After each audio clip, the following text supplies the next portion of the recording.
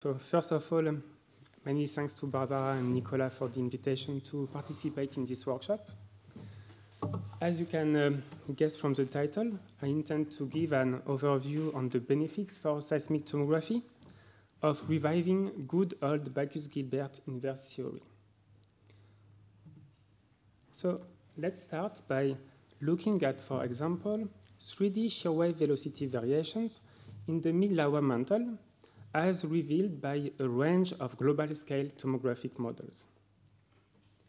Despite the fact that models differ, at least on short wavelengths, the assessment of their resolution and uncertainty has often been ignored or given minimal treatment in traditional tomographic studies based on damped least squares inversions. However, interpreting physical processes such as slabs or plumes based on models without accurate resolution and uncertainty analysis remains a hazardous endeavor. Therefore, in my view, we should aim at building a new generation of tomographic models systematically accompanied with resolution and uncertainty informations. And for that aim, I propose to take advantage of the Sola-Backus-Gilbert inversion method that I have recently introduced to seismic tomography, and this is the main topic of this talk.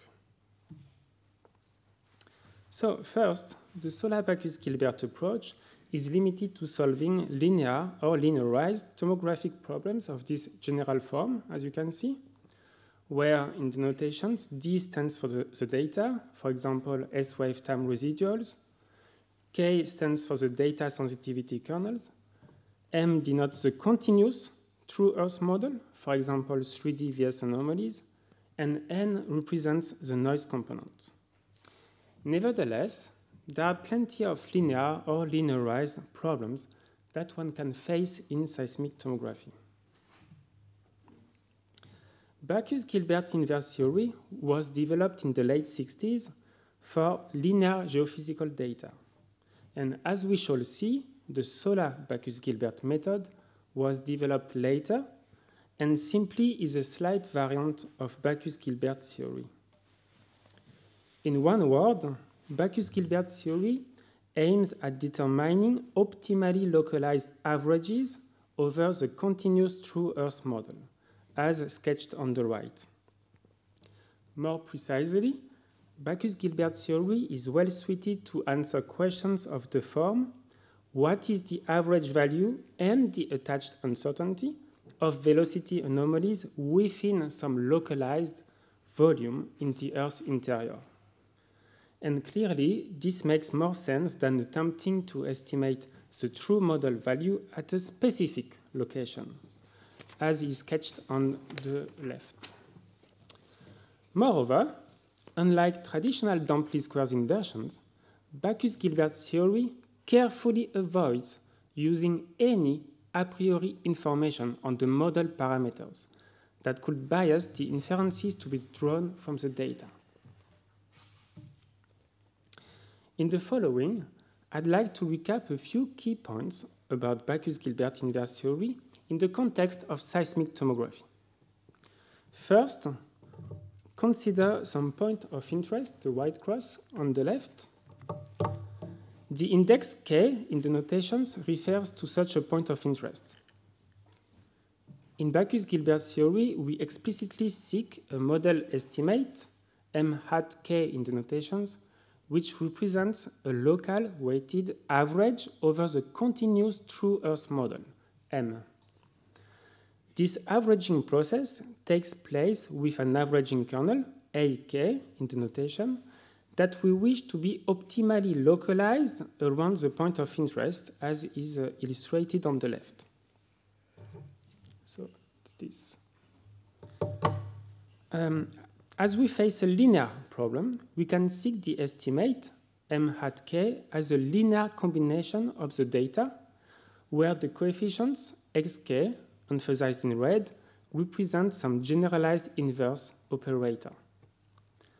If the data statistics are known, and here we assume zero mean Gaussian noise, then the statistics of the error in the local average estimate can be calculated easily with the formula on the right. This one.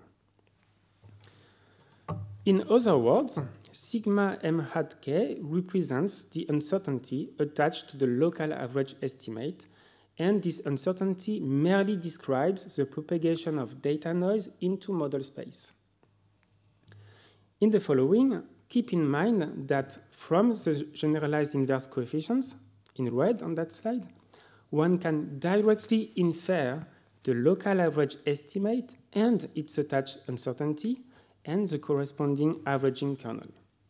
And note that the averaging kernel results from a linear combination of data sensitivity kernels as illustrated on the right here. So finally, the cornerstone of Backus-Gilbert theory consists in solving for the generalized inverse coefficients themselves, such that they lead to the most peak-shaped averaging kernel picked around the point of interest, while moderating at most the noise effect on the local average estimate. In other words, the cost function to be minimized in Backus-Gilbert theory reflects the trade-off between resolution and uncertainty, and this trade-off is illustrated here. In the following, keep also in mind that resolution is related to the size of the averaging kernel, and uncertainty describes the noise effect on the local average estimate. For tomographic applications, we may want to invert for several points of interest, spanning some region in the Earth's interior, as you can see on the left. It may then be useful to visualize such a collection of local averages as a conventional tomographic image, as shown on the right.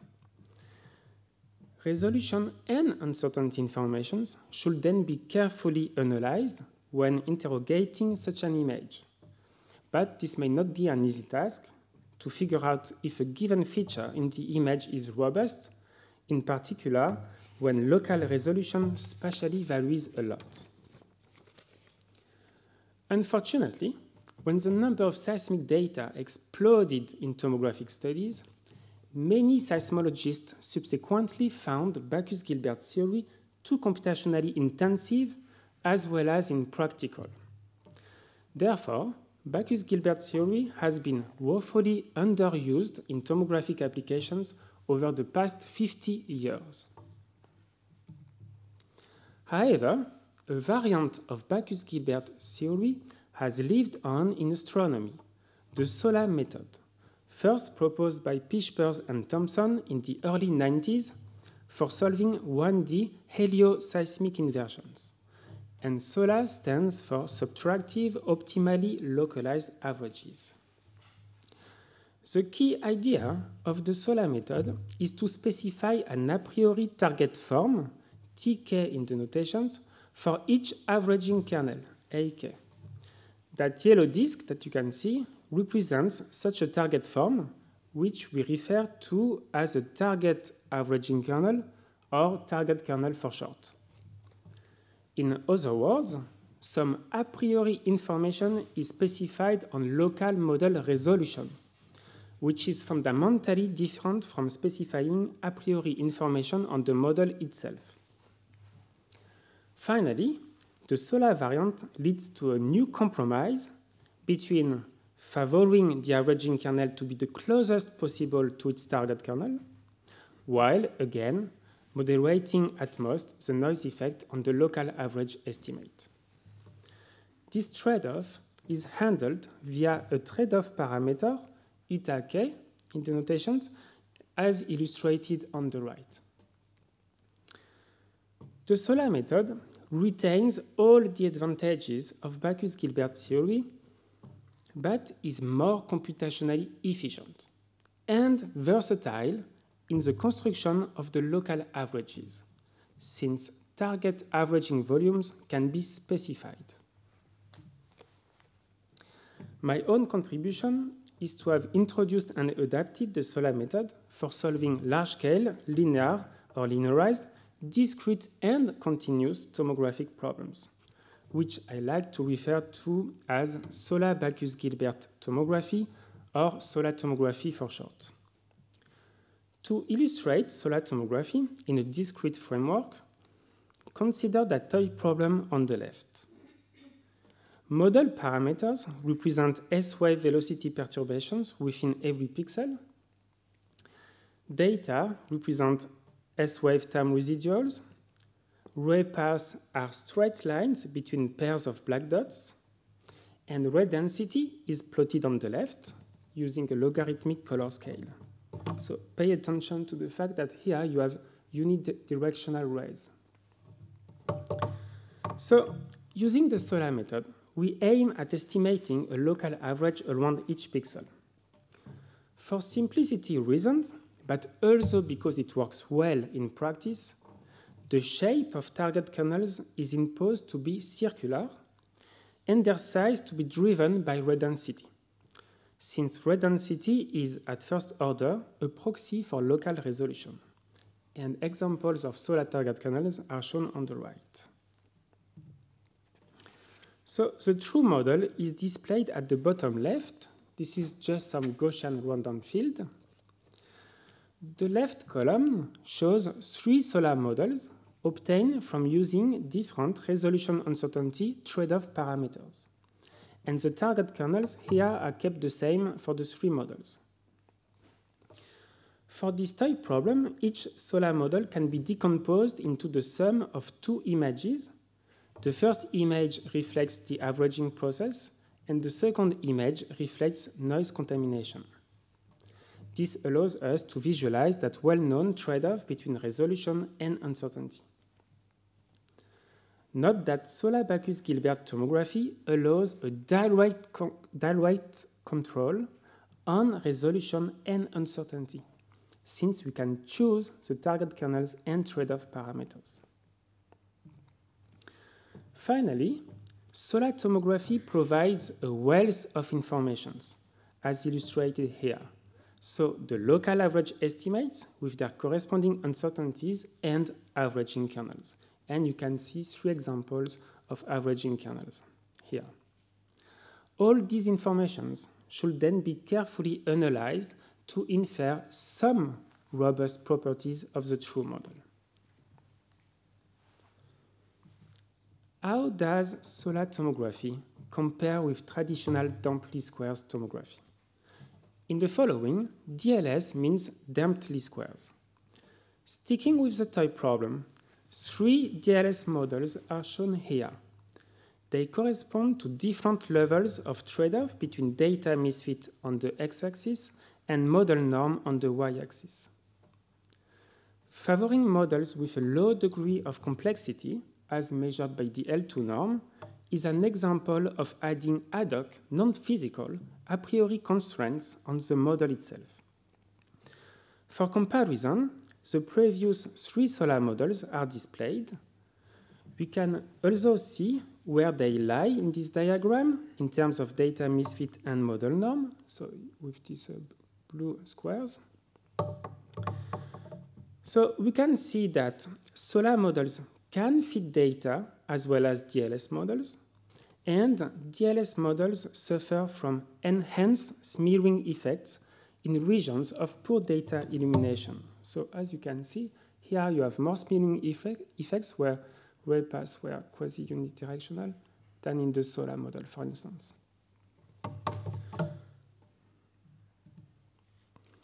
Moreover, the solar approach is extremely well suited for parallel computation, since each point of interest is treated independently from the others.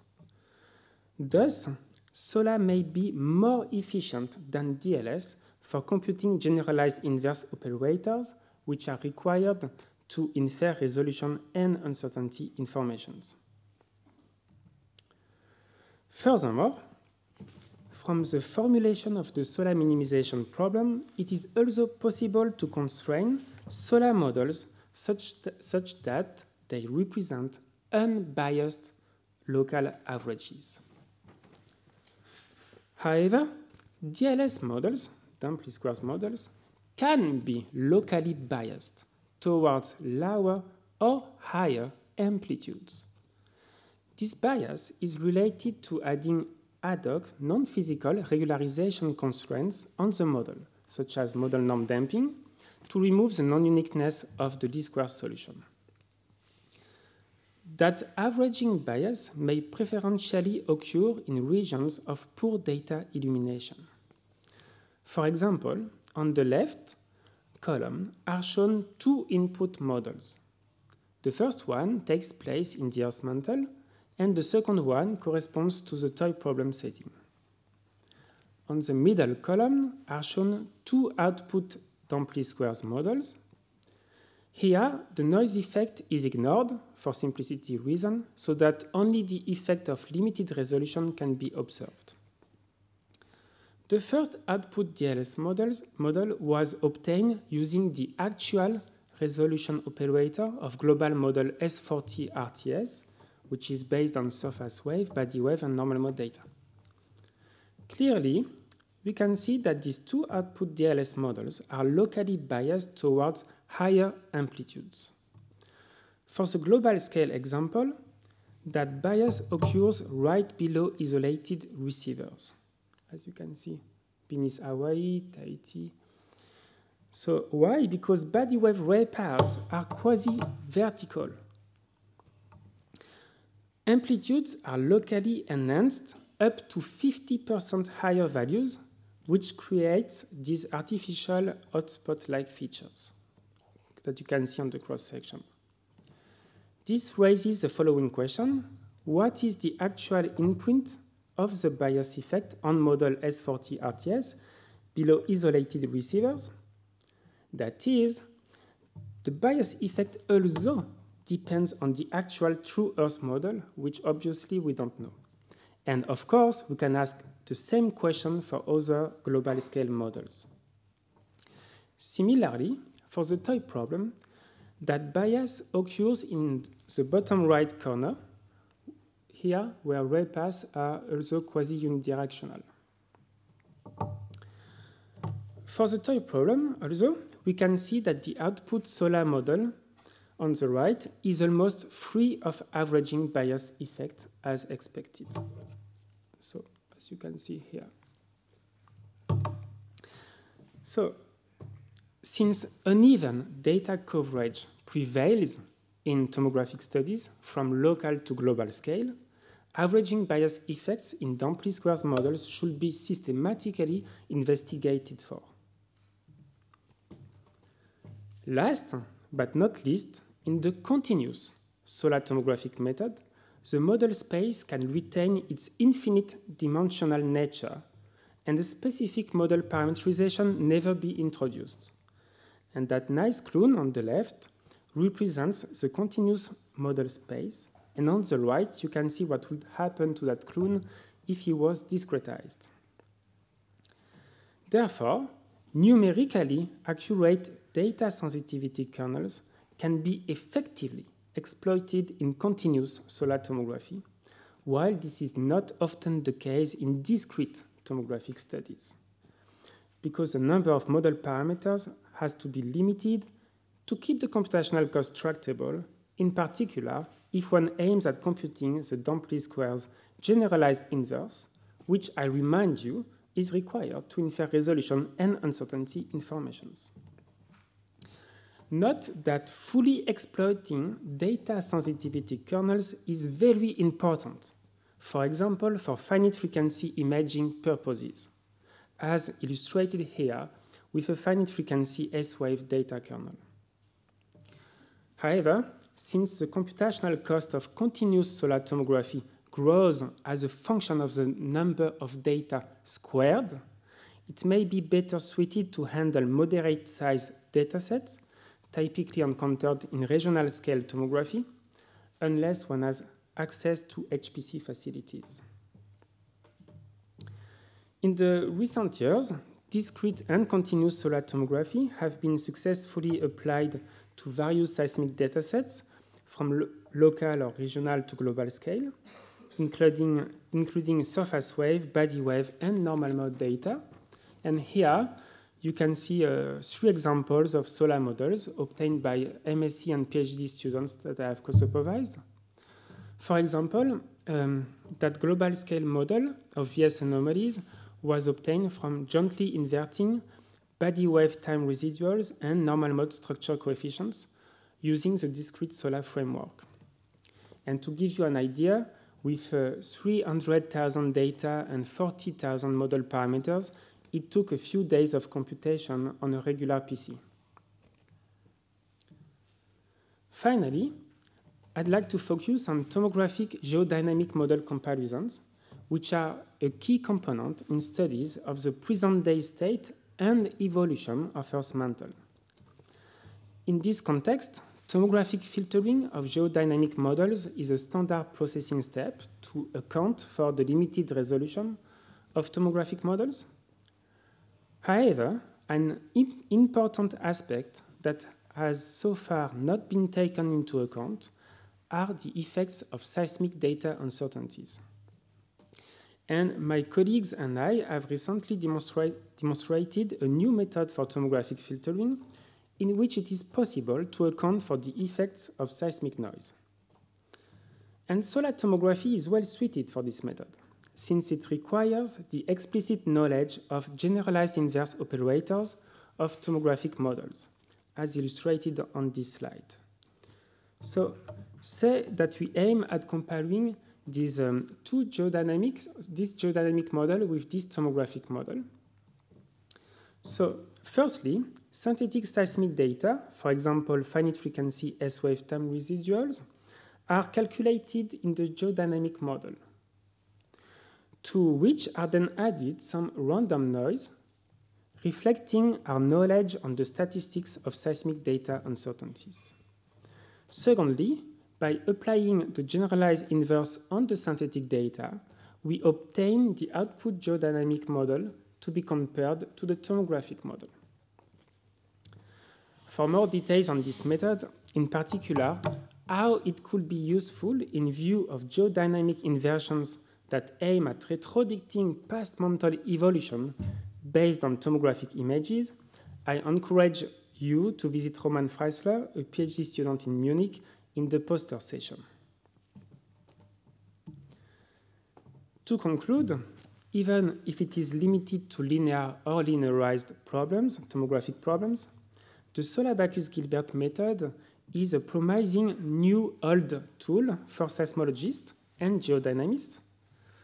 To summarize, it can help building a new generation of global-scale tomographic models of the Earth's mantle, such that models are accompanied with resolution and uncertainty informations on which we have direct control, and they can be free of averaging bias effects and still fit the data. Plus, since it is possible to avoid model space parameterization, models can also benefit from fully exploiting data sensitivity kernels. And finally, it has proven a natural framework for tomographic geodynamic comparisons. So I stop there. Many thanks for your attention, and of course, questions are welcome.